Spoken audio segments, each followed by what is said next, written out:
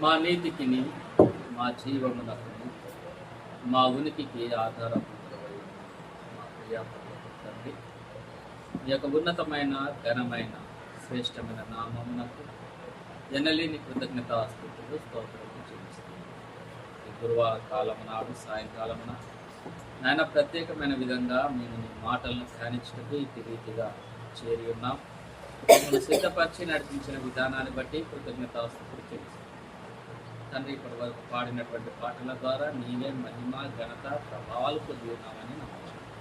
నాయన నీ మాటలను మేము ధ్యానించుకున్నాం. నీ పరిశుద్ధ లేఖనంలోని ప్రతి మాటను మేము నాయన అందులోని మర్మంలను విషయంలను ధ్యానించుకున్నాం. నాయన నీ ఆత్మ నడిపింపు బోధించిన నాకు ఇచ్చిన నీ పిల్లలకి సమృద్ధిగా అనుభవించు. నీ వాకులతో మా ఆత్మీయ జీవితం బలపరిచి నీకు మహిమకరంగా యేసుక్రీస్తు వారి అతి పరిశుద్ధ నామంలో ఈ ప్రార్థన మనం కృతజ్ఞతాపూర్వకంగా సమర్పిస్తూ వెళ్ళిపోతున్నాం. మాట్లాడుతున్నాం.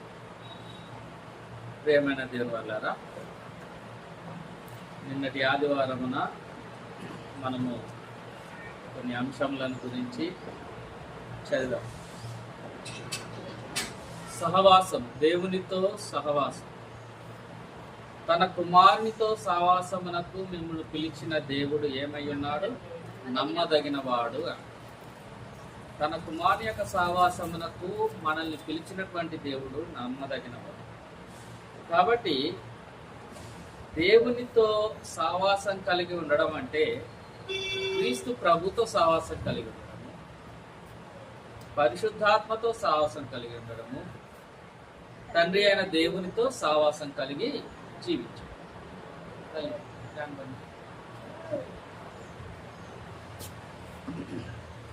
కాబట్టి ఎవరికి దేవునితో సహవాసం కలుగుతుంది? తండ్రితోనూ కుమారునితోనూ పరిశుద్ధాత్మతోనూ అని అంటే, ఎవరైతే యేసుక్రీస్తు ప్రభువును రక్షకుడుగా అంగీకరించి ఆయన రక్తములో తమ పాపములను కడుక్కొని సంఘంలో చేర్చబడతారో వారికి తండ్రి యొక్కయు కుమారుని యొక్కయు పరిశుద్ధాత్మ యొక్కయు సహవాసము దొరుకుతుంది. మరి వారి విషయములో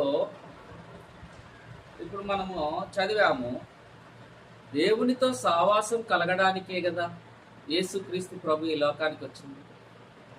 విడిపోయిన బంధమును తిరిగి మరలా కలపడానికి, అంటే తెగిపోయిన బంధము దేని ద్వారా తెగిపోయింది? పాపము. పాపము దేవుని నుండి మనిషికి ఉన్నటువంటి సహవాసమును ఎడబాచింది. ఇద్దరికి మధ్య ఎవరు అడ్డొచ్చారనంటే పాపం. అందుకే యెషయా గ్రంథము 6వ అధ్యాయంలో 59వ అధ్యాయం, విననేరక యుండునట్లు ఆయన చెవులు మందం కాలేదు, రక్షింపనేరక యుండునట్లు ఆయన చేతులు కురచక. మీ దోషములు మీకును మీ దేవునికి అడ్డుగా వచ్చెను, మీ పాపములు ఆయన ముఖమును ఏం చేశాయి? ఆయన ముఖమును మరుగుపరిచాయి. మీ దోషాలు ఎవరికి అడ్డొచ్చాయి? మీకును మీ దేవునికి. మీ పాపములు ఏం చేశాక అసలు ఆయన ముఖమునే మరుగు చేశాయి. అంటే ఏదేను తోటలో ఏ పాపము అంటనప్పుడు దేవునితో ముఖాముఖిగా మాట్లాడిన వారు అవ్వ ఆదాము. ఎప్పుడైతే అపవాది యొక్క మాటలు విని ఆజ్ఞను అతిక్రమించారో అప్పుడు పాపంలోనికి జారి. ఆజ్ఞ అతిక్రమమే పాపం అన్న సంగతి వారికి తెలుసా? తెలుసో తెలియదు. దేవుడైతే చెప్పింది చెప్పినట్టుగా ఆయన అయితే ఇచ్చిన మాటకు కట్టుబడే దేవుడు. ఆయన నమ్మదగిన వాడు. ఆయన యందు పక్షపాతం ఏమాత్రమును లేదు అని మనం చదివాం. కాబట్టి దేవుడు ఏదైనా మాట ఇస్తే అది నెరవేర్చకుండా మానడు. కాబట్టి దేవుడు అపవాదములతో కలిగినటువంటి సహవాసము అపవాది చేత మరి పాపములో పడిపోయినటువంటి ఆదాము దేవునితో సహవాసమును కోల్పోయాడు. ఏ యొక్క మానవుని ద్వారా, మొదటి వాడైనటువంటి మనిషి ద్వారా పాపం ద్వారా మరణము ఈ లోకానికి వచ్చినాయో, మరి ఒకని ద్వారా నీతి ద్వారా నిత్య జీవం కలుగుటకు యేసుక్రీస్తు ప్రభు ఈ లోకానికి వచ్చాడు. ఆయన ఆ మొదటి ఆదాము అసలు ఎవరికి గుర్తయి ఉన్నాడంటే రాబోవు క్రీస్తుకు గుర్తు. మొదటి ఆదాము కూడా గుర్తే. ఒకని ద్వారా పాపము, పాపం ద్వారా మరణం లోకంలోనికి వచ్చినాయి అనడం న్యాయమే అయితే, మరి ఒకని ద్వారా నీతియు, నీతి ద్వారా నిత్య జీవం రావడం కూడా న్యాయమే. కాబట్టి ఇప్పుడు మొదటి ఆదాం ఎవరికి గుర్తయి ఉన్నాడు అంటే రాబో క్రీస్తుకు గుర్తయి. ఇప్పుడు దేవునితో సాహసం కలిగి ఉండాలనంటే మొదటిగా మనిషి నుండి పోవాల్సింది ఏంటిది? పాపం. ఇందాక దేవునికి మనకు అడ్డుగా వచ్చింది దోషములే, ఆయన ముఖను మరుగు చేసింది పాపం. వాటిని తొలగించి ఆయనతో సత్సంబంధం కలిగి ఒక క్రొత్త నిబంధన, ఆయన రక్తంతో చేసినటువంటి నిబంధన, ఆ నిబంధన దేవునికి మనకి మధ్య ఉండడానికి ఆయన రక్తంతో చేసిన నిబంధన ఈరోజు దేవునితో మనల్ని ఏకం చేసింది. ఆ సహవాసం కోరుకొని మనం ఈరోజు దేవుని యొద్దకు వచ్చాం. ఇందాక మనం ఒక మంచి పాట పాడాం. ఏది? సత్య వాక్యము విని. ఏం పాడా? మంచి మాట.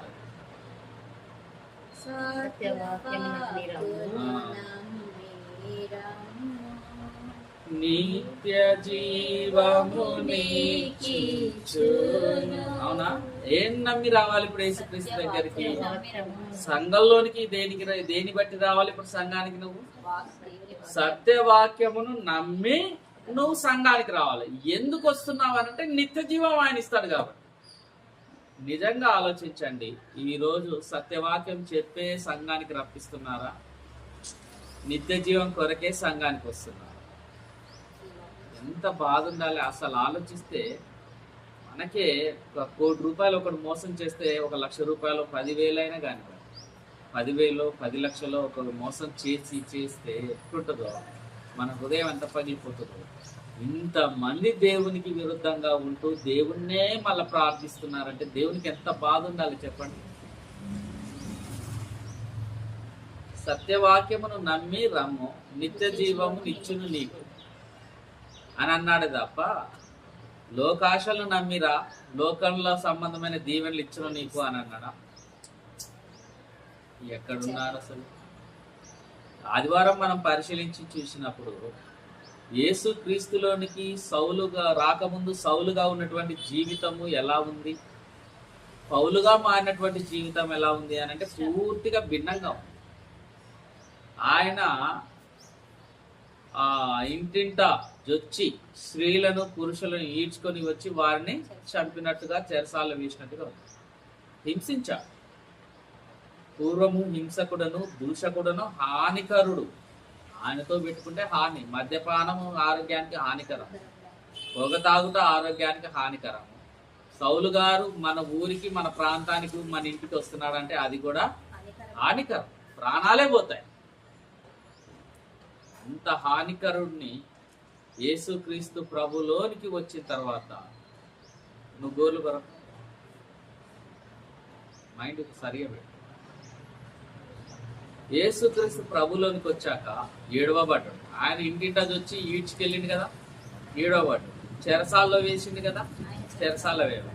బాధించుడు కదా, బాధింపబడ్డాడు. పూర్తిగా అతని జీవితం ఏమైపోయింది? భిన్నమైపోయింది. కొట్టినవాడు కొట్టబడ్డాడు, హింసించిన వాడు హింసింపబడ్డాడు, చెరసాల్లో వేసిన వాడు చెరసాల పాలైపోయాడు. ఇప్పుడు చెరసాల పాలైన తర్వాత పౌలు గారు కృంగిపోయాడా?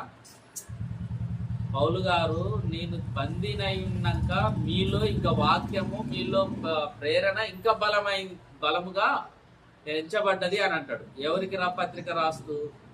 ఫిలిప్పీలకు రాస్తున్నావు, కొలసీలకు రాస్తున్నావు అంటాడు. నా శ్రమల యందును, నా చెరసాల యందును, నా శ్రమల యందును, నా బంధకముల యందు మీలో ఈ శక్తిని కలిగించిన దేవుడు అని అంటారు. అంటే ఆయన శ్రమలు చూసి పురిగొల్పబడిన వారు అనేకులు ఉన్నారు. అంటే క్రీస్తులోనికి రాకముందు ఒక జీవితం, క్రీస్తులోనికి వచ్చినాక మరో జీవితం. మరి ఈరోజు క్రీస్తులోనికి వస్తే శోధనలు ఉంటాయని పౌలు గారి జీవితం చెప్పింది. యేసుక్రీస్తు ప్రభు కూడా నా నిమిత్తం జనులు మిమ్మల్ని నిందించి హింసించి మీ మీద చెడ్డ మాటలెల్లా పలుకున్నప్పుడు మీరు ధన్యులు, సంతోషించండి, ఆనందించండి. హింసించి దూషించి మరి చెడ్డ మాటలెల్లా పలుకున్నప్పుడు అతనికి సంతోషం ఉంటుందా, ఆనందం ఉంటుందా? బాధము, కన్నీరు, దుఃఖము, ఆవేదన, నిద్రలేని రాత్రులు ఇవి ఉంటాయి. కానీ అది సహజం. కానీ భిన్నంగా ఉండండి. మీరు సంతోషించండి, ఆనందించండి. ఎందుకు? ఏదో ఒకనాడు మిమ్మల్ని హింసించిన వారి ముందల్నే దేవుడు నిన్ను హెచ్చించబోతున్నాడనా? ఏదో ఒకనాడు మీ మీద చెడ్డ మాటలు పలికిన ఆ నోరులే మీ గురించి గొప్పగా సమాజంలో చెప్తారనా? అలా అనలేదు. ఇక్కడ హింసింపబడి, నిందింపబడి, చెడ్డ మాటల పాలకబడుతున్నటువంటి నీకు ఇక్కడ అదే ఉంటుంది. అలా హింసింపబడుతున్న వారికి ఈ లోకపరమైన విజయాన్ని చూపించలేదు, ఈ లోకపరమైన ఘనత చూపించలేదు, ఈ లోకపరమైన సుఖమును, సంతోషమును, విజయమును చూపించలేదు. ఈ లోకంలో ఆయన నిమిత్తము హింసింపబడుతూ, బాధింపబడుతూ, నిందింపబడుతూ, చెడ్డ మాటలు పలకబడుతున్నటువంటి వారందరూ వారి సంతోషించండి, ఆనందించండి. ఎందుకన్నారు తెలుసా? పరలోకమందు వారి ఫలం అధికమవుతుంది. ఈ లోకాన్ని జీవించిందా? మరి ఈనాడున్న బోధకులు ఎవరిని చూపిస్తారు? ఈ లోకంలో ఉన్న భోగాలనే, ఈ లోకంలో ఉన్న సంతోషాలనే. నీ బంధువుల మధ్య ఆయన నీ తలను అంటి ఉన్నాడు, నీ గిన్నె నిండి పొర్లబోతుంది. దేవుడు నిన్ను మహిమపరచబోతున్నాడు. ఏ జనాలైతే, ఏ బంధువులైతే, ఏ స్నేహితులైతే నిన్ను చులకనగా చూశారో నువ్వు బాధపడకు. ఒకానొక దినాన దేవుడు నీ కన్నీళ్లు దుడవబోతున్నాడా? గట్టిగా చప్పట్లు కొట్టండి, హల్లెలూయా. వీటిని బట్టి కాదా? పాపం వాళ్ళంటే ఎంతమంది అమాయకులు వాక్యం చదవలేదు, పాపం అర్థం చేసుకోరు. అంతెందుకు, ఒక కలెక్టర్కి బైబిల్ ఇచ్చినా వాక్యాన్ని చదవలేడు, అర్థం చేసుకోలేడు. అది నిజంగా దేవునికి అంకితమై బ్రతుకుతున్న వాడికి మాత్రమే పరిశుద్ధ గ్రంథం అర్థమవుతుంది. కానీ బతుకడానికి బైబిల్ పట్టిన ఏ ఒక్కడికి కూడా పరిశుద్ధ గ్రంథం అర్థం కాదు. ఈ లోకల్లో ఎన్ని గ్రంథాలైనా చదవనివ్వండి, ఐఏఎస్లు, ఐపీఎస్లు కానివ్వండి, ఇంకా ఎంత మంది విశ్లేషకులైనా కానివ్వండి, పరిశుద్ధ గ్రంథమును మాత్రం అర్థం చేసుకునే శక్తి వాళ్ళకు ఉంటుంది. ఎవరికి ఉంటున్నాయి అంటే మనస, వాచ, కర్మన దేవుని మాత్రమే అంటుకొని ఉండి పరిశుద్ధ గ్రంథమును మాత్రమే తన హృదయంలో ఎవరైతే ముద్రించుకుంటారో వారికి ఆ పరిశుద్ధ గ్రంథం అర్థం అవుతుంది. కానీ లోకంలో పిలువబడేటువంటి సోకాల్డ్ మేధావులకి ఎవరికి పరిశుద్ధ గ్రంథము అర్థం కాదు. ఇప్పుడు ప్రతి సంఘంలో జరుగుతున్నటువంటి బోధలకు, ఇక్కడ జరుగుతున్నటువంటి బోధలకు చాలా వ్యత్యాసం మీకు కనబడుతుందా లేదా? అందుకే యేసుక్రీస్తు ప్రభు ఆ మాట అన్నాడు. ఏ మాట అన్నాడు? నా నిమిత్తం జనులు మిమ్మల్ని నిందించి, హింసించి, మీ మీద చెడ్డ మాటలు పలుకున్నప్పుడు మీరు సంతోషించి ఆనందించండి, పరలోకమందు మీ ఫలము అధికం అవుతుంది అన్నాడు. అదే మాట పౌలు గారు అన్నారు. ఏమన్నారు? క్రీస్తు యేసునందు సద్భక్తితో బ్రతకను ఉద్దేశించి వారు ఈ లోకమందు హింసింపబోతుంది. అంటే క్రీస్తు యేసునందు సద్భక్తితో బ్రతకను ఉద్దేశించిన వారికి ఈ లోకంలో ఏముంటది? పేరుండదు, ప్రఖ్యాతి ఉండదు, మహిమ ఉండదు, ఘనత ఉండదు. చేసిన మేలును బట్టి కృతజ్ఞత ఉండకపోగా ఆ మేలు బట్టి అతడు ధృవీకరింపబడతాడు. నా అనుభవంలో బొచ్చడున్నాయి. మేలు చేసి చెడ్డ మాటలు పలుకబడినటువంటి అంశాలు బొచ్చడున్నాయి. ప్రతి వ్యక్తికి ఈ చేతితో ఇచ్చాను, మంచినే నాటాను, కానీ వారి నుండి నాకేమొచ్చాయి? కారు ద్రాక్షలు, కారు పండ్లు వచ్చాయి. అది నేను అనుభవపూర్వకంగా నేను చూశాను, మీరు కూడా నా కళ్ళతో చూశాను. కాబట్టి ప్రేమైన దేవుని వాళ్ళారా, ఇది ఎందుకు ఇట్లా జరుగుతుంది? మా సేవకుడికి అనుకుంటారా, మా అన్నయ్యకు అనుకుంటారా, ఎవరు అనుకుంటారో తర్వాత, ఒక దైవజనుడికి అనుకుంటారా? సార్ ప్రభుయే చెప్పినప్పుడు నాకు ఎందుకు భిన్నంగా జరుగుతుంది? ఈ వాక్యంలో ఉన్నట్టే నాకు జరుగుతుంది, కానీ భిన్నంగా ఎట్లా జరుగుతుంది నాకు?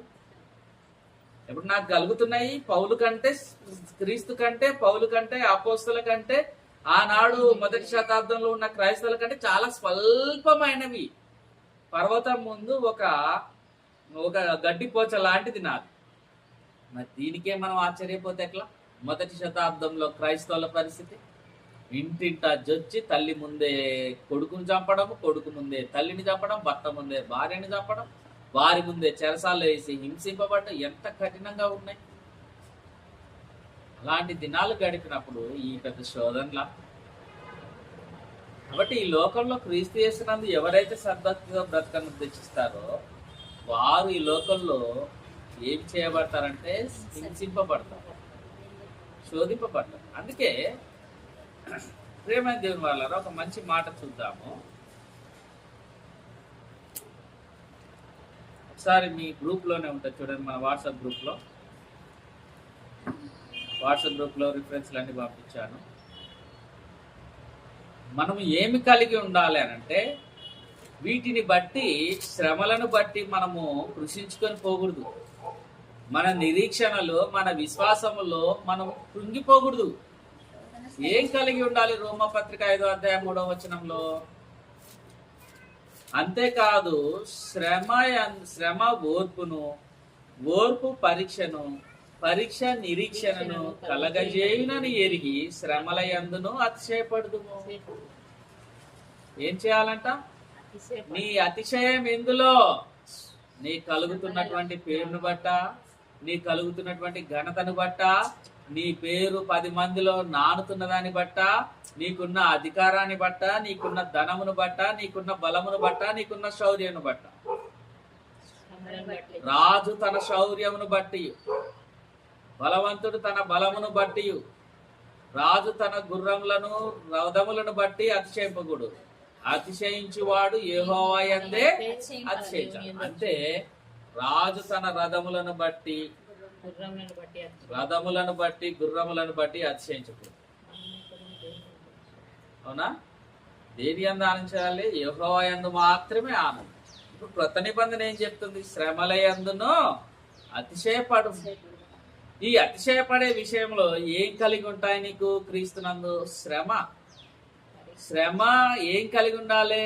శ్రమ వచ్చినప్పుడు నీకు ఓర్పు ఉండాలి. శ్రమ కలిగినప్పుడు నీకు ఏముండాలంటే ఓర్పు.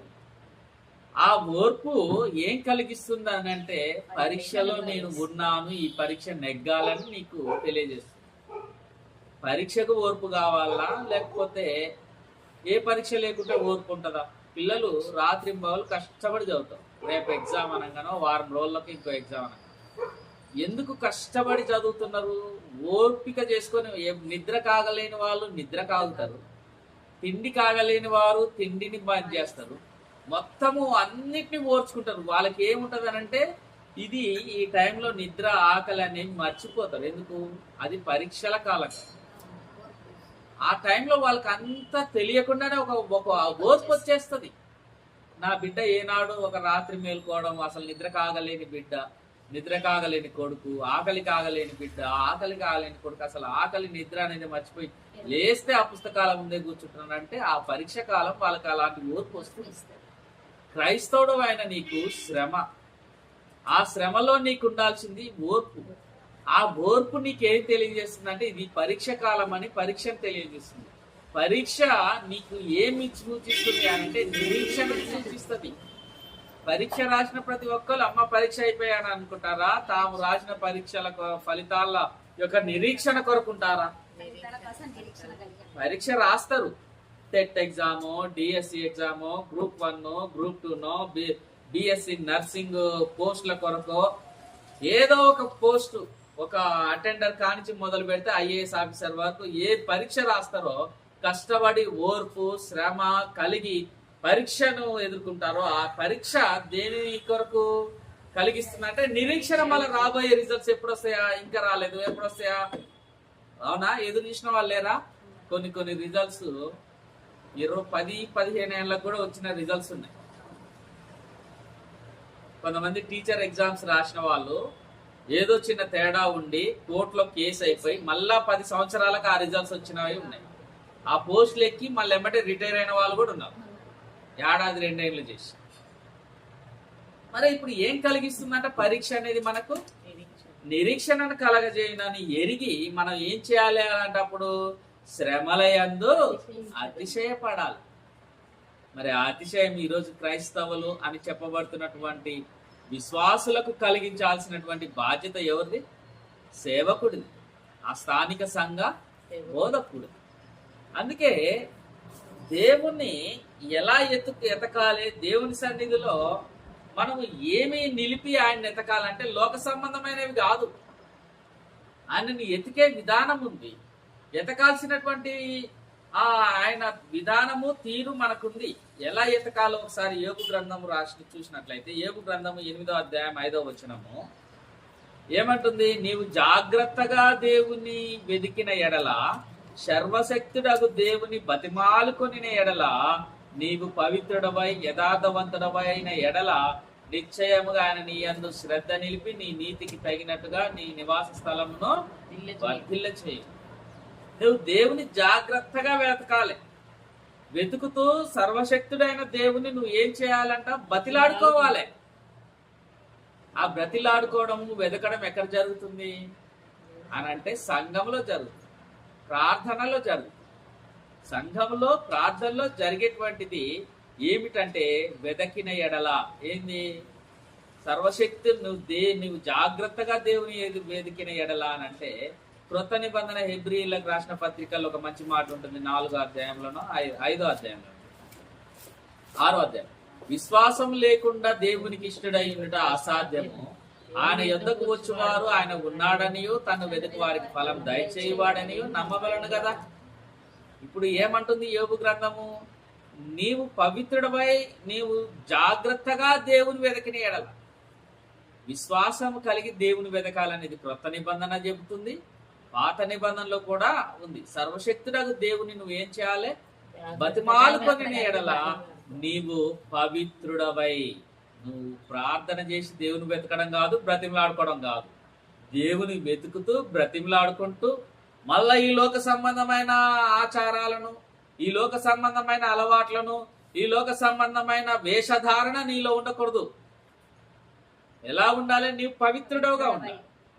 పవిత్రుడవై ఉండి ఎలా ఉండాలి? యథార్థవంతుడవై ఉండాలి. ఈ రోజు యథార్థవంతులు ఎంతమంది ఉన్నారు? దేవుని దగ్గరకు వచ్చినప్పుడు ఏమో దేవుని బిడ్డగా, అన్యుల దగ్గరికి వెళ్ళినప్పుడేమో అన్యుల బిడ్డ, లోకంలోకి వెళ్ళి లోకం సంబంధంగా, మందిరంలోకి వచ్చి మందిరంలో సంబంధిగా ఉంటారు. ఏ ఎండకు ఆ గొడుగు పడుతున్న వారు కాదా వాళ్ళు? వాళ్ళ యథార్థత ఉందని అంటామా లేదని అంటామా? అలాంటి వాళ్ళు ఏ ఎండకు పడితే ఏ ఎండకు ఆ గొడుగు పట్టాలి అని ఎవరైతే ఉంటారో, ఏ రంగుకు తగ్గట్టు ఆ రంగులోనికి మనం మారిపోవాలని ఎవరైతే ఆలోచన చేస్తారో వాళ్ళు మంచిగా గుర్తుపెట్టుకోవాలి వాళ్ళది వేషధారణ. అలాంటి వారి కాడ ఉన్నటువంటి తీయని మాటలకు, ఇంపైన మాటలకు, వాళ్ళ వేషధారణకు ఎవరైనా సరే వాళ్ళని ఆకట్టుకొని వారితో పాటు వారి భ్రష్టత్వంలోనికి దింపగలిగే శక్తి కలిగిన వారు. అలాంటి వారి విషయము దేవునికి అయిష్టము. అలాంటి వారు ఏమంటారు తెలుసా? వాళ్ళకి అనుకూలమైన సమయంలో దేవుని దగ్గర కూడా ఆవేశం వేస్తారు. అవసరమైతే దేవుని దగ్గర కూర్చుంటారు, కన్నీటి ప్రార్థన చేస్తారు. అవసరమైతే దేవుని వెతికినట్టుగా, వాక్యం అందించినట్టుగా, వాక్యం చదివినట్టుగా, ప్రార్థన చేసినట్టుగా, పాటలు పాడినట్టుగా ఈ మందిరంలో ఒక విశ్వాసికి ఉండాల్సిన దానికంటే ఇంకొంచెం ఎక్కువనే చూపిస్తారు వాళ్ళు. కానీ హృదయాంతర్యములను ఎరిగిన దేవుని మనుషుల్ని, పక్కనున్న విశ్వాసం నువ్వు మోసగిస్తావేమో నీ భక్తిని బట్టి, నీ కన్నీటిని బట్టి, నీ పాటల్ని బట్టి, నీ వేషధారణని బట్టి పక్కనున్న విశ్వాస ఒకవేళ నీ వేషధారణకు పడిపోవచ్చేమో, మోసపరచబడచ్చేమో. కానీ హృదయ ఆంతర్యంలో ఎరిగిన దేవుణ్ణి మాత్రం నువ్వు మోసం చేయలేవు. నువ్వు మోసం చేసుకుంటున్నావు. నువ్వు అనుకుంటున్నావు దేవుని మోసం చేస్తున్నా, దేవుని పిల్లల్ని మోసం చేస్తున్నా, అక్కడ నేను సెట్ అయిపోయినా, అక్కడ అసలు నేను పాతుకొని పోయినా అని నువ్వు అనుకుంటున్నావు. కానీ అసలు మోసం చేయబడుతుంది నువ్వు, మోసం చేసుకుంటుంది నీకు నువ్వే. నీ ఇంటిని నువ్వు కూల్చుకుంటున్నావు, నీ బ్రతుకును నువ్వు ఖరాబ్ చేసుకుంటున్నావు, నీ పిల్లల భవిష్యత్తును సర్వనాశనం చేస్తున్నావు. దేనికి ఎలా అనంటే నీ వేషధారణ వల్ల దేవునికి ఉగ్రతను కలిగిస్తున్నావు. కాబట్టి అలాంటి వేషధారణ వల్ల మనుషులు మోసపోవచ్చేమో కానీ హృదయాంతర్యాలను ఎరిగిన దేవుణ్ణి మోసం చేయలేవు. కాబట్టి పరిశుద్ధ లేఖనం ఏమంటుంది? ఎలా ఉండాలని అంటుంది అనంటే, నీ పవిత్రుడవై యథార్థవంతుడమైన ఎడల నిశ్చయముగా ఆయన నీ యందు శ్రద్ధ నిలిపి నీ నీతికి తగినట్టుగా నివాస స్థలమును వర్ధిలింపచేయి. మన నివాస స్థలం మన ఇల్లు, మన నివాస స్థలము మన ఉన్న ప్రాంతము, మన నివాస స్థలం మన ఊరు, మన దేశం. నువ్వు ఎక్కడ ఉంటే అక్కడ నువ్వు ఆశీర్వాదకరంగా ఉంటావు. ఎప్పుడు యథార్థవంతుడవై నువ్వు పనిచేసి, యథార్థవంతుడవై దేవుని వెతికినప్పుడు నీ పవిత్రతను, నీ పరిశుద్ధతను దేవుని సన్నిధిలో, దేవుని ఎదుట కాపాడుకున్నావు. అలా ఉంటేనే తప్ప నీవు దేవుని సన్నిధిలో వర్ధిల్లవు అని లేఖనం తెలియజేస్తుంది. కాబట్టి ప్రియమైన దేవుని వాళ్ళారా, దేవుని ఎలా చూడాలనంటే, దేవుని సన్నిధిలో ఉండేవారు అలా అపవిత్రంగాను యథార్థత లేని వారుగాను ఉండకూడదు. దేనికి ఇలా వేషధారణ అంటే వాళ్ళు దేనికి భయపడుతున్నారో తెలుసా? లోకంలో కలుగుతున్నటువంటి శ్రమలకు. వాళ్ళు ఎక్కడైనా శ్రమలు పొందకుండా అన్ని మేలుల కొరకు ప్రాకులాడేవారు మాత్రమే ఇలా వేషధారణ ఉంటుంది. లేకపోతే వేషధారణ వేయాల్సినటువంటి కర్మ వాళ్ళకి ఏంటి? ఏ ఎండకు ఆ గొడుగు పట్టాల్సిన కర్మ ఏంటి? ఆ ఎండను తట్టుకోలేము కాబట్టి, ఆ ఎండను భరించలేం కాబట్టి ఏ ఎండకు ఆ గొడుగు మేము పడతామని. ఇలాంటి వాళ్ళకి అది వారికి ప్రయోజనమే కానీ దేవుని నుండి మాత్రం ఎలాంటి ప్రయోజనం వారికి ఉండదు. క్రైస్తవ జీవితంకి ఒక సూత్రం ఉంది, ఒక ఫార్ములా ఉంది క్రైస్తవుడికి. అసలు క్రైస్తవుడు ఎంటైర్ లైఫ్ నువ్వు క్రైస్తవుడు అంటావా? అయితే నీకు ఇది ఉందా అనేది పరిశీలించుకోవాలి. ఏంటిది? రోమిలకు రాష్ట్ర పత్రిక 12వ అధ్యాయం 12వ వచనం చూస్తున్నట్లయితే క్రైస్తవులకు ఉండాల్సింది ఏంటిది? నిరీక్షణ. నిరీక్షణ, విశ్వాసము, నిరీక్షణ, ప్రేమ, ఈ మూడే నిలుస్తాయని అన్నాడు కదా. ఎందులో? కొరింథీయులకు రాసిన మొదటి పత్రిక 13వ అధ్యాయం 13వ వచనం. విశ్వాసం, నిరీక్షణ, ప్రేమ, ఈ మూడు నిలిచిన. ఇందులో శ్రేష్టమైనది ప్రేమే అని ఉంది. ఇప్పుడు క్రైస్తవ జీవితం వేటితో ముడిపడిందో, అసలు ఎలా ఆ క్రైస్తవ జీవితానికి నాకు ఇది ఉంటేనే నీ క్రైస్తవుని అనేది మనకు అర్థమవుతుంది. 12 మనం చూసినట్లయితే నిరీక్షణ గలవారే సంతోషించు. మన సంతోషం ఎందులో ఉంది? మన ఉద్యోగంలో లేదు, మన సంపాదనలో లేదు, మనకు ఉన్నటువంటి పొలాలు ఆస్తులు వీటిలో లేదు, బంధు బలగంలో లేదు, స్నేహితుల మధ్య లేదు. అసలు వీళ్ళందరినీ వదిలిపెట్టి ఒకానొక దినాన వెళ్ళిపోవాల్సిందే ప్రతి మానవుడు. కట్టిన ఇల్లు, ధన ధాన్యములు, కనబడు బంధు మిత్రులు, కట్టిన ఇల్లు, ధన ధాన్యములు, కనబడు బంధు మిత్రులు, గూడు చెదచి నీవు పోయినచో వెంటనే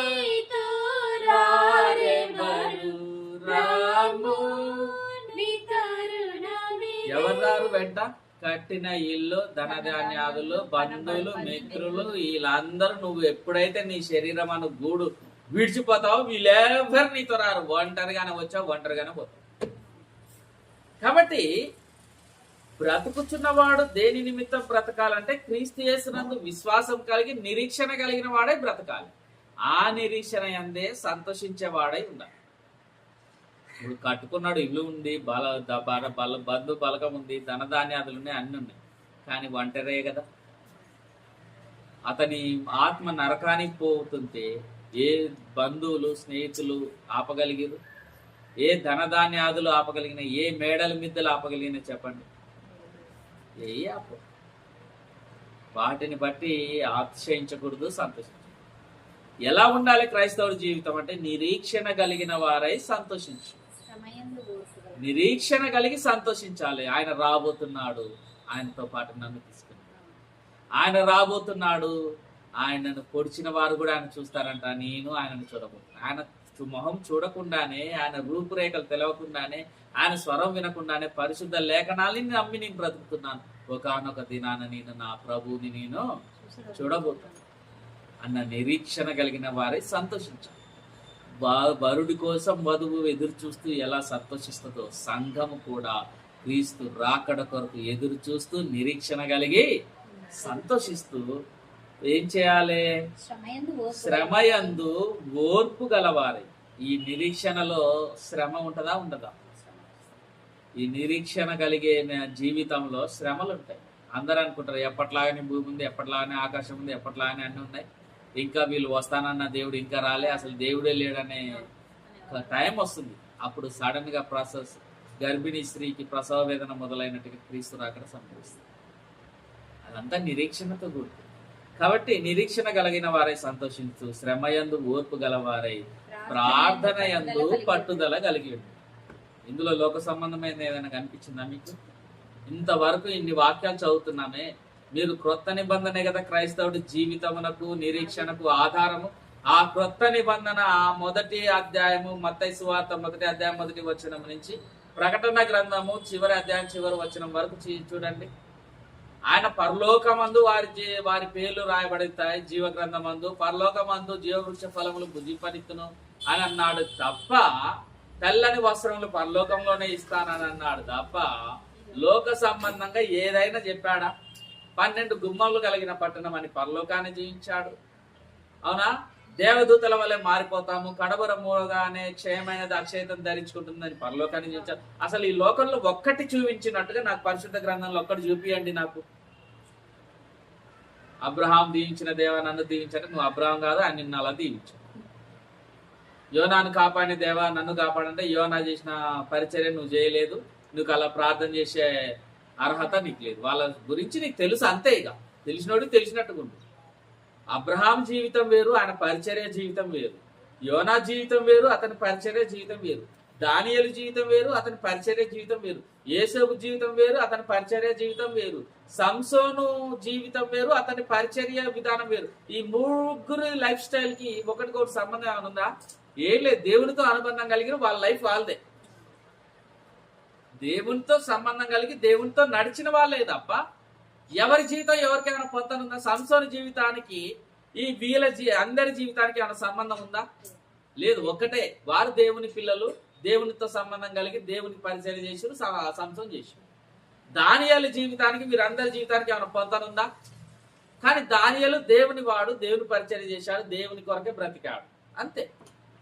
ఈ రోజు వాళ్ళందరూ one and only one, unique గా ఎలా దేవుని కనపడుతున్నారో ఈ రోజు నీ జీవితం కూడా అంతే. నువ్వు ఒకదానివి నీ విషయంలో దేవుడు ప్రణాళిక కలిగి, నీ పర్సనల్ జీవితంతో పాటు దేవుని చేయి ఎలా పట్టుకొని నడుస్తున్నావు అనేది దేవుడు చూస్తాడు. నీ పర్సనల్ జీవితంతో పాటు నీ వ్యక్తిగత జీవితంతో పాటు దేవుని చేయి పట్టుకొని ఈ సమాజంలో ఆయన గుర్తుగా, ఆయన కుమారుడిగా, కుమార్తెగా నువ్వెలా జీవిస్తున్నావు చూస్తావు. నా జీవితం అంతేందుకు ఇక్కడ 3 4 కూర్చున్నాము. ఎవరి ఒక జీవితం మరొకరికి టాలీ లేనే లేదు. నీ బాధలు వేరు, నీ కుటుంబం వేరు, నీ కష్టాలు వేరు, నీ ఇబ్బందులు వేరు, నీ సామాజిక జీవితం వేరు. నాది అలాగే వేరు, మరొకరిది అలాగే వేరు, ఇంకొకరిది అలాగే వేరు. కానీ మనందరం ఎక్కడ ఏకమయ్యారంటే క్రీస్తుని బట్టి ఏకమయ్యాం, అంతే. వాళ్ళందరూ కూడా విశ్వాసుల వీళ్ళ జాబితాలో 12వ అధ్యాయం 1వ వచనం నుంచి చివరి వచనం వరకు ఉంటారు కదా. వీళ్ళందరి జీవితాలు వేరు, కానీ అందరూ ఒక్కరిని బట్టే అక్కడ ఏకమై ఉన్నారు, అంతే. అదేంటంటే విశ్వాస సంబంధమైన జీవితం. ఈరోజు నువ్వే, నేనే. ఒక్కొక్కరి పట్ల ఒక్కొక్కరు పని కలిగి ఉన్నారు. ఆ పనిలో మనం ముందుకు సాగాలి, అంతే. కాబట్టి అందరికి కామన్ ఏంది? నిరీక్షణ కలిగిన వారై సంతోషించు, శ్రమయందు ఓర్పును, ప్రార్థన యందు పట్టుదల కలిగి ఉండడమే దేవుని యొక్క పిల్లల యొక్క జీవిత విధానం. అది మర్చిపోయి లోకాశల కొరకు, లోక సుఖభోగాల కొరకు, ఇంట్లో ఇబ్బందుల కొరకు, ఆకలి దప్పుల కొరకు, వీటి గురించి ప్రార్థన చేస్తావు. దేవుడు ఇవాళ ఇస్తాడు, రేపు నీకు ఆకలి కాదా? ఆకలి తీర్చడము, అది ఆహారం ఇవ్వడం అనేది దేవుని పని. నువ్వు ఏలియా వాటి కొరకు ఎప్పుడైనా ప్రార్థన చేసిందా? ఏలియా ఆకలి ఇబ్బందికై ప్రార్థన చేసిన దినాలు ఏమైనా ఉన్నాయా? ఆయన ఎక్కడికి పోవాలో అక్కడికి ఆయన పంపించిండు. పోయిన చోట ఆహారం వస్తుంది, నువ్వు వెయిట్ చేయి, నువ్వు ఇబ్బంది పడకాలన్నాడు. దేశంలో ఆహారం ఉన్నంత వరకు కాకోల చేత పోషింపబడ్డాడు. అక్కడ ఉన్న కోనేటి నీటిని తాగిండు. అప్పుడు వర్షం, భూమి మీద చినుకు లేదు, దేశం మొత్తం కరువు, తీసుకురావడానికి కాకులకు కూడా ఆహారం లేదు. అక్కడ ఉన్న కోనేటి కూడా ఎండిపోయింది. ఇప్పుడు చక్కగా ఎక్కడికి పంపించిండు? సారేపాతులో ఉన్న విధవరాలు ఇంటికి పంపించు. ఆ సారేపాతులో ఉన్న విధవరాలు కూడా కొన్ని రోజులకు చనిపోతుంది. సరే, అక్కడికి పంపించిండు. అక్కడ ఎందుకు పంపించిండు? పోషింపబడ్డానికి పంపించిండు. పోషింపబడ్డానికి పంపించబడినటువంటి ఏలియా అక్కడ పంచభక్ష పరమన్నాలు ఏమన్నా తిన్నాడా చెప్పండి? ఓన్లీ బుడ్డిలో ఉన్న నూనె అయిపోలేదు, తొట్టిలో ఉన్న పిండి అయిపోలేదు అని అంటే అంతకు మించి వాళ్ళు ఏం లేదు. కడుపులో ఇంత వేసుకోవడానికే, చావకుండా బ్రతకడానికే పంచభక్ష పరమన్నాలతో దేవుడు పోషించాడు. ఈరోజు మనకి ఆహారం ఉంది, అన్నీ ఉన్నాయి. కానీ ఇప్పుడు అయినా ఏం కోరుకుంటున్నాం అంటే మితిమీరిన లోకాశల్ని దేవుని సన్నిధిలో కోరుకుంటున్నాం. అందుకే మీరు యాకోబు పత్రికల్లో అనుకుంటా, మీరు మీ భోగేచ్ఛముల నిమిత్తం మీరు అడుగుతున్నారు కనుక దేవుడు వాటిని మీకు ఇవ్వడు అనుకుంటాడు. భోగేచ్ఛములే, నువ్వు ఆహారానికి మించి ఏది అడిగినా అది నీ భోగేచ్ఛముల నిమిత్తమే. ఏది అడుగు, దేవుడు నిన్ను ఈ లోకానికి ఎందుకు పంపించాడంటే నిన్ను సీఎంను పిఎంను ఐఏఎస్ను ఐపీఎస్ను చేయాలని కాదు. అది నీ చేతుల్లో పని, నువ్వు చేసుకో, నువ్వు కష్టపడు, నువ్వు ఆ మార్గంలో వెళ్ళు, దేవుడు నిన్ను నడిపిస్తాడు, దేవుడిని సహాయం ఇస్తాడు. అంతేగాని నువ్వు పుట్టి ఐఏఎస్ కావాలని దేవుడు ప్రణాళికతో నిన్ను ఈ లోకానికి పంపించాలి. అది గుర్తుపెట్టుకోవాలి. ఎందుకు పంపించాడు? తన పని కొరకు నిన్ను ఈ లోకానికి పంపించాడు. నువ్వు ఈ లోకంలో యాత్రికుడివే, అంతే తప్ప మనం అంతకు మించి ఎక్కువ అడగొద్దు. ఏదైనా దేవుని చిత్తానుకూలంగానే మనం ప్రార్థన చేయాలి, అడగాలి. ఆయన చిత్తం అయితే ఇస్తాడు, లేదంటే లేదు. కాబట్టి ప్రియమైన దేవుని వల్ల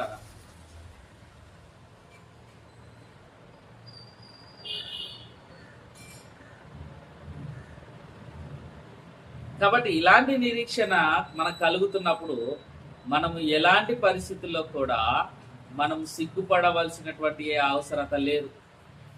నిందింపబడుతున్నా, దూషింపబడుతున్నా, శ్రమల యందున్నా, మనల్ని అనరాని చెడ్డ మాటలు మన మీద నిందల మోపి అంటున్నా మనము సిగ్గుపడవలసిన అవసరత లేదు. దేవునికి అప్పగించాలి. న్యాయవంతుడైన దేవుడు అయితే చూస్తున్నాడు కదా అనుకోవాలి, మనం ముందుకు సాగాలి. అందుకే మరొకసారి మనం చూద్దాం. రోమపత్రిక 5:4 శ్రమల యందును అతిశయపడదుము. 5 ఎందుకనగా ఈ నిరీక్షణ మనల్ని, నువ్వు శ్రమల యందు నువ్వు ఎందుకు అతిశయపడాలో తెలుసా? శ్రమల యందు నువ్వు అతిశయపడాలంటే ఆ నిరీక్షణ నిన్ను సిగ్గుపరిచేది కాదు. నువ్వు శ్రమల ఎందుకు అతిశయపడుతున్నావు అంటే నీ నిరీక్షణను బట్టి కదా నువ్వు ఆ శ్రమలను భరిస్తుంది. శ్రమ ఓర్పు నిరీక్షణను, ఓర్పు పరీక్ష నిరీక్షణను కలగజేస్తుంది. కాబట్టి ఇప్పుడు నీ కలుగుతున్నటువంటి శ్రమలను బట్టి అతిశయించు. ఎందుకంటే ఈ నిరీక్షణ మనల్ని సిగ్గుపరచదు. మనకు అనుగ్రహింపబడిన పరిశుద్ధాత్మ ద్వారా దేవుని ప్రేమ మన హృదయంలో కుమ్మరింపబడి ఉన్నది. మన హృదయంలో దేవుని ప్రేమ కుమ్మరింపబడింది. కానీ మనకి ఏం కలుగుతున్నాయి? శ్రమలు. కుమ్మరింపబడినప్పుడు నీకు శ్రమలు కలుగుతాయి. ఆ శ్రమల యందు నువ్వు వచ్చి చివరికి ఒక మాట చూసినట్లయితే యాకోబు రాసిన పత్రిక 1:12 ఈ లోకంలో ధన్యులు ఎవరయ్యా అనంటే శోధన సహించువాడు ధన్యుడు. అవునా? ఎవరు ధన్యులు? ఐశ్వర్యం కలిగిన వాడు, ధనము కలిగిన వాడు, బలము కలిగిన వాడు, పలుకుబడి కలిగిన వాడు, ఆస్తులు కలిగిన వాడు, అంతస్తులు కలిగిన వాడు, మేడలు మిద్దెలు కలిగినటువంటి వాడా? కాదు. శోధన సహించువాడు ధన్యుడు. అతడు శోధనకు నిలిచిన వాడై ప్రభు తను ప్రేమించు వారికి వాగ్దానం చేసిన జీవ కిరీటము. నువ్వు జీవ కిరీటం పొందుకోవాలంటే దేనికి నిలబడాలి? శోధనకు నువ్వు నిలబడాల్సిందే. గుర్తుపెట్టుకో. ఇక జీవ కిరీటం పొందగోరు ప్రతి ఒక్కరికి ఏముందంటుంది ఇప్పుడు వాక్యం? అది శోధన సహించువాడు ధన్యుడు. ఎందుకు? అతడు శోధనకు ఒకవేళ నిలబడితే, ఆ పరీక్షలో గనక నెగ్గితే, శోధనకు నిలిచిన వాడే ప్రభు తను ప్రేమించి వారికి వాగ్దానం చేసిన జీవ కిరీటాన్ని అతను పొందుకుంటాడు. మరి జీవ కిరీటము వెనక ఏముంది అనంటే, శోధన వెనక ఏముంది? జీవ కిరీటం. కాబట్టి మొదటిగా మనం పొందుకునేది ఏంటిది? ఆ శోధన ఇవాళ వస్తుంది, ఇట్లా పోతుంది. కానీ వచ్చే జీవ కిరీటం ఎప్పటికి ఉంటుంది. మనం ఇక మళ్ళా శోధన రాదు. దాని కొరకు నిరీక్షణ కలిగి విశ్వాసం కలిగి ఉన్న పిల్లలే దేవుని పిల్లలు తప్ప, నువ్వు మందిరానికి వస్తున్నావంటే అన్నగారి కొరకు, అయ్యగారి కొరకు, అమ్మగారి కొరకు, తమ్ముడి కొరకు, ఇంకెవరి కొరకు నువ్వు మందిరానికి వచ్చి ఆయన ఏదో బాధపడతానని నువ్వు వస్తే, నువ్వు దేవుని సన్నిధిలో నువ్వు 24 గంటలున్నా అక్కడ శూన్యం. వ్యక్తులు ఎంతమంది అంటే శూన్యమే చూపిస్తావు. ఇప్పుడు ఇక్కడ 10 మంది ఉన్నారు. 10 మంది కూడా మొహమాటం, నా మీద మొహమాటంతో వచ్చారు. అయ్యా నిన్ను ఆరాధించడానికి వచ్చినంటే ఒక్కళ్ళు నాకు కనపడట్లేదు, శూన్యం అని అంటాడు. అదేంది ఇంతమంది ఉన్నారు కదా అంటే, నన్ను ఆరాధించడానికి వచ్చిన వాళ్ళు అయితే నాకైతే శూన్యమే. మరి ఎవరయ్యా వచ్చిందంటే, నీ కొరకు వచ్చిన జనాలు 10 మంది ఉన్నారు అని అంటారు. మరి ఉదయిస్తాడా నిత్య జీవం? కాబట్టి లోక సంబంధమైన వాటిని మీరు వెతుకుతూ ఆయన కాడికి వస్తే మీరు ఆయన వారు కాదు. ఒక మాట ఉంటుంది చివరిగా, మత్తయి సువార్త 5వ అధ్యాయం తీయండి, 7వ అధ్యాయం తీయండి.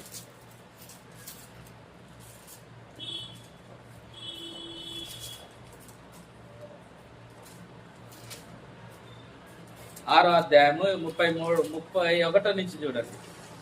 31. కాబట్టి ఆఖరికి నువ్వు ఏమి తిందుమో ఏమి త్రాగుదుమో ఇది కనీస అవసరమా కాదా? కనీస అవసరాల గురించి కూడా మీరు చింతించొద్దు, ఆలోచించొద్దు అని అంటారు. మన వాళ్ళకి ఇప్పుడు కనీస అవసరాలను తీరని వ్యక్తిని ఎవరో చూపియండి సంఘంలో. అవి ఉండకపోగా వారు ఇంకా అందలాలు కోరుకొని దేవుని వెంబడిస్తారు, వెంటాడు. కానీ యేసుక్రీస్తు ప్రభు నిత్య జీవాన్ని అనుగ్రహించేవాడు, నీ ప్రార్థనలు ఆలకించే ప్రభు ఏమంటున్నాడనంటే, ఏమి తిందుమో ఏమి త్రాగుదమో ఏమి ధరించుకుందమో అని చింతింపకడు. అసలు నువ్వు వాటి గురించి ప్రార్థనే చేయొద్దు, ఆలోచించొద్దు. అన్యజనులు వీటిని విషయమై విచారించు. ఈ లక్షణం ఎవరిది? క్రైస్తవులది కాదు. ఏమి తిందుమా ఏమి తాగుదామా ఏం ధరించుకుందామా ఏం చేద్దామా ఎలా అందరికీ ఒక అధిక స్థాయిలో కనబడదాం అన్నది అది క్రైస్తవ లక్షణం కాదు. ఎవరి లక్షణం అది? అన్యజనులు. అన్యజనులు వీటి విషయమై చింతిస్తారు, వీటి విషయమై వెతుకుతారు, విచారించరు. ఇవన్నీ మీకు కావాలని మీ పరలోకపు తండ్రికి తెలియను. అవి నువ్వు అడగొద్దు, అవి మీకు కావాలని మీ పరలోకపు తండ్రికి తెలుసు. తెలవంది ఎవరంటే అన్యులకు. కాబట్టి వాళ్ళు వీటి గురించి చింతిస్తారు. మీకు ఒక పని ఉంది, మీరు చేయాల్సింది ఒకటి ఉంది, ముందు దాని మీద దృష్టి పెట్టండి అని అంటున్నాడు యేసుక్రీస్తు. ఏంటిది అది? కాబట్టి మీరు ఆయన రాజ్యమును నీతిని మొదట వెతికిటి. మీరు మొదటిగా చేయాల్సింది ఏందో తెలుసా? ఆయన రాజ్యమును వెతకాలి, ఆయన నీతిని వెతకాలి. అప్పుడు అవన్నీ మీకు అనుగ్రహింపబడతాయి. నువ్వు ఏదైతే అనుకుంటున్నావో అవన్నీ నీకు అనుగ్రహింపబడతాయి. కానీ నువ్వు చేయాల్సింది ఏంటంటే మొదటిగా ఆయన రాజ్యమును నీతిని వెతికే పనిలో ఉండు. అంతేగాని యేసుక్రీస్తు ప్రభువుని సన్నిధిలో మోకరించినప్పుడల్లా నీకున్న ఇంటి సమస్యలు, నీకున్న అప్పుల సమస్యలు, నీకున్న వ్యాధుల సమస్యలు, నీకున్న రోగాల సమస్యలు అవన్నీ తీర్చే పని ఆయన పెట్టుకుంటాడు. ఆయన పని నువ్వు చేయి. ఆయన పని ఏంది? ఆయన నీకు అప్పగించిన పని మొదట నువ్వు ఆయన నీతిని ఎత్తుకు, మొదట ఆయన రాజ్యం ఎత్తికే పనిలో ఉండు. నా కాడ పని చేస్తున్న వాళ్ళ యోగక్షేమాలు చూడాల్సిన బాధ్యత నాదా కాదా? ఒక కంపెనీలో ఉద్యోగస్తుల యొక్క మంచి చెడులు చూడాల్సిన బాధ్యత యజమానిదా కాదా? మరి ఇప్పుడు ఆయన రాజ్యాన్ని నీతిని వెతికే పనిలో నువ్వు ఉన్నావంటే నీ మంచి చెడులు నీ యోగక్షేమాలు చూడాల్సిన బాధ్యత దేవుదా కాదా? మళ్ళా నువ్వు అవి వాటిని పట్టుకుని అడగడం ఏంటి? ఎప్పుడు నా కాడ పని చేసేటోళ్ళు ట్యాబ్కి వచ్చి 100 అయ్యా, ట్యాబ్కి వచ్చి 1000 అనుకో, నాకు చికాకు గుట్టి ఏం చేస్తే 2వ రోజుకి అతని పనిలో నుంచి తీసేస్తా. మంచిగా పని చేస్తూ యజమాని మెప్పు పొందాలనుకొని ఒళ్ళోంచి పని చేస్తాను అనుకో, అందరికంటే అతనికి ఒక బహుమానమును ఇస్తాను. రహస్యముగా ఇచ్చు బహుమానం ఏం చేస్తుందంట? సామెతల గ్రంథంలోనూ ప్రసంగంలో ఉంటారు. రహస్యముగా ఇచ్చు బహుమానము హృదయమును ఉత్తేజపరుస్తుందో తెప్పరిలా చేస్తుందో ఏదో అంటది, ఏదో ఉంటుంది. రహస్యంగా ఇచ్చే బహుమానము మంచి సంబంధాన్ని కలిగిస్తుంది. అతనికి నేను విడిగా ఏదో ఒక సందర్భంలో ఇగో ఈ 100 ఉంచుకో, 500 ఉంచుకో అని అంటే ఎట్లుంటుంది అతనికి? ఊరికే డబ్బులు అడిగే వాడిని వస్తే ఏం చేస్తాం మనం? అసలు నువ్వు పనికి రావద్దు, ఈ పెద్ద తలనొప్పిగా ఉన్నాడు అని. ఇప్పుడు దేవుని రాజ్యంలో మనం ఏం చేస్తున్నాం చెప్పండి? ఆయన రాజ్యమును ఆయన నీతిని వెతకాల్సిన బాధ్యత మనకిస్తే అది వదిలిపెట్టి ఎంతసేపు మనం వ్యక్తిగత సంబంధమైన లోక సంబంధమైన ప్రార్థనలు చేస్తాం. ఆయనకి ఎంత తలనొప్పి పుట్టిస్తున్నామో అర్థం చేస్తాం. ఇక్కడి నుంచి అయినా ఎవరు ఏమో నాకైతే తెలియదు, ఎక్కడ ఏ బోధ చేస్తున్నారో నాకు సంబంధం లేదు, ఎవరు ఎలా యేసుక్రీస్తుని వెంబడిస్తున్నారో నాకు తెలియదు. కానీ పరిశుద్ధ లేఖనం మాత్రం లోక సంబంధంగా వెంటాడండి అని ఎక్కడ చెప్పలేదు. అది నేను చెప్పను, వాక్యంలో చెప్పబడింది చెప్తా. మీరు కూడా వాక్యంలో ఉన్నది ఉన్నట్టుగా వింటే మీ ఆత్మీయ జీవితం ఈ లోకంలో ఎలా ఉంటుందో నాకు తెలియదు. కానీ ఖచ్చితంగా మీరు ఆయన రాజ్యంను నీతిని వెతికితే అవన్నీ మీకు అనుగ్రహింపబడడంతో పాటు పరలోకం కూడా మీకు అనుగ్రహింపబడు. ఆ నిరీక్షణ కలిగి ఈ లోకంలో జీవించాలని నన్ను నేను హెచ్చరించుకుంటూ ఉన్నాను. ఈ మాటలు విన్న మిమ్మల్ని హెచ్చరిస్తూ ప్రేమతో తెలియజేస్తూ ఉన్నాను. ప్రార్థన చేస్తాను. పరిశుద్ధమైన మా తండ్రి, నీ పరిశుద్ధ లేఖనాల్లో నుండి అమూల్యమైన నీ మాటలను పరిశీలించగా నాయన, ఈ లోకంలో మేము కేవలము నీ రాజ్యమును నీతిని వెతకవలసిన వారమై ఉన్నామని, మాకు కావలసిన సమస్తము నీవే అనుగ్రహించువాడవని మాకు అర్థం. శోధనను సహించువారు ధన్యులు, శోధనకు నిలిచిన వారై వారు నిత్య జీవ రాజ్యంలో ప్రవేశిస్తారని యాకోబు గారు రాసిన పత్రికల్లో మాకు తేటపడింది. కాబట్టి తండ్రి, మేము మాకు కలుగుతున్న చిన్న చిన్న శోధన నాయన, వీటిని జయించలేని స్థితిలో ఎంతో కృంగిపోతున్నాము, ఎంతో నాయన మరి వేదన పడుతూ మదన పడుతూ, కానీ ఇవి అల్పమైన నీ కుమారుడైన యేసుక్రీస్తు ప్రభు మహిమకరమైన తన మహిమను విడిచి శరీరధారిగా ఈ లోకానికి వచ్చాడు. తన దినములన్నీ కూడా వేదనతో రోదనతో కన్నీళ్లతో గడిపాడు. ఆయన ప్రార్థనలు యాచనలు చేసి భయభక్తులు కలిగి ఉండడం వల్లనే ఆయన అంగీకరింపబడ్డాడు. శరీరధారిగా ఉన్నప్పుడు క్రీస్తు ప్రభు కూడా భయము భక్తి కలిగి ఉంటేనే అంగీకరింపబడ్డాడు అన్నట్టుగా లేఖనం సెలవిస్తే, మేము మాత్రము భయము లేదు, భక్తి లేదు. నీ సన్నిధిలో ప్రార్థన చేయడానికి వచ్చినప్పుడల్లా మాకు లోక సంబంధమైన వాటి విషయంలోనే ప్రార్థిస్తుంది నాయన. మా తప్పిదములు మేము తెలుసుకొని నీ నీతిని, నీ రాజ్యమును వెతికే మంచి మనస్సును, ఆత్మీయ జ్ఞానమును మాకు అనుగ్రహించమని వేడుకుంటూ నాయన, వట్టి వారమై వచ్చిన మేము ఆత్మీయ ఆహారం చేత సమృద్ధి కలిగి సంతోషంతో తిరిగి వెళ్ళుటకు కృప చూపించిన దేవాన్ని స్తుతులు చెల్లిస్తూ, ఇక్కడ చేర్చబడిన నీ వాక్యములు విన్న ప్రతి ఒక్క వ్యక్తిని, వారి వారి గృహాలను, వారి కలిగిన సమస్తమును నీ ఆధీనంలో ఉంచుకొని దీవించి ఆశీర్వదించి ఆత్మ ఫలములుగా ఫలించుటకు నాయన వారిని దీవించి ఆశీర్వదించి సంఘమును క్షేమాభివృద్ధి పరచమని వేడుకుంటూ యేసుక్రీస్తు వారి అతి పరిశుద్ధ నామంలో ఈ ప్రార్థనా మనవులను కృతజ్ఞతాపూర్వకంగా సమర్పిస్తూ వేడుకుంటున్నాం మా తండ్రి. ఆమేన్. అందరికీ